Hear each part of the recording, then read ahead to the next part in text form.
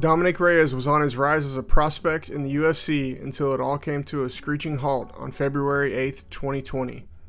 Dominick Reyes was a talented athlete from a young age. He went on to play starting safety at Stony Brook University in New York for the Stony Brook Seawolves. Reyes graduated as the program's all-time leader in solo tackles, recording 259 tackles. At that time, he then received attention from NFL teams, but his overall speed was deemed average, and he ultimately went undrafted. He would consider playing for the Canadian Football League, but opted out due to it not being the highest level of the sport. During this time, he went back home to California and worked manual labor for his father's carpentry business. He trained at his brother Alexander's gym, MMA Cage Academy. Initially, this was to stay in shape and take out his frustrations.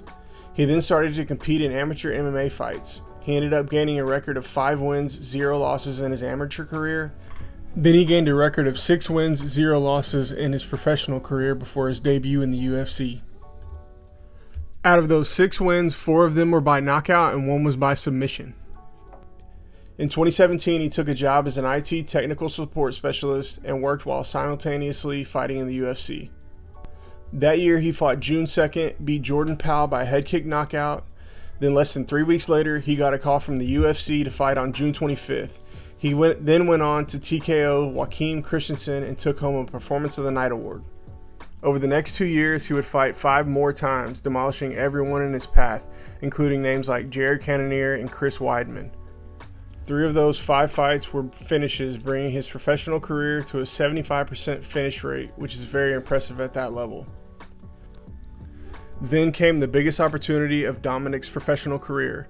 He got a call with an offer to fight who some consider to be the GOAT or greatest of all time in combat sports, Jon Jones.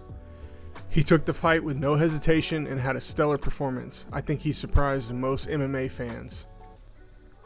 When the bell rang, Reyes proceeded to dominate Jones on the feet for the first 3 rounds and outstruck him by an average of about 28% over those 3 rounds. I'll go ahead and break down each round by significant strikes. Round 1, 23-17. Round 2, 33-22. Round 3, 26-19. At that point, Reyes was technically already up 3 rounds to 0 going into the 4th round. By MMA rules, Jon Jones would need a finish to win the fight, but that wasn't the case.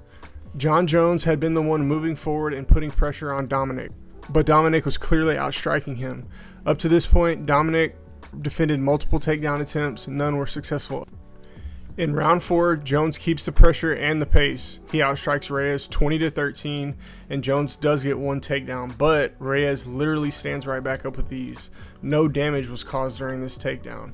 So by MMA rules, this shouldn't count for anything. Round 5, Jones outstrikes Reyes 26-21. Jones landed 1 more takedown in this round, but the exact same thing happened, and Dominick Reyes literally stood right up and got out of the clinch with ease. The fight went to the judges, and one of them disgracefully scored the fight 49-46. That would mean that judge gave Jon Jones 4 out of the 5 rounds, when 3 of them were clearly won by Reyes. It doesn't make any sense.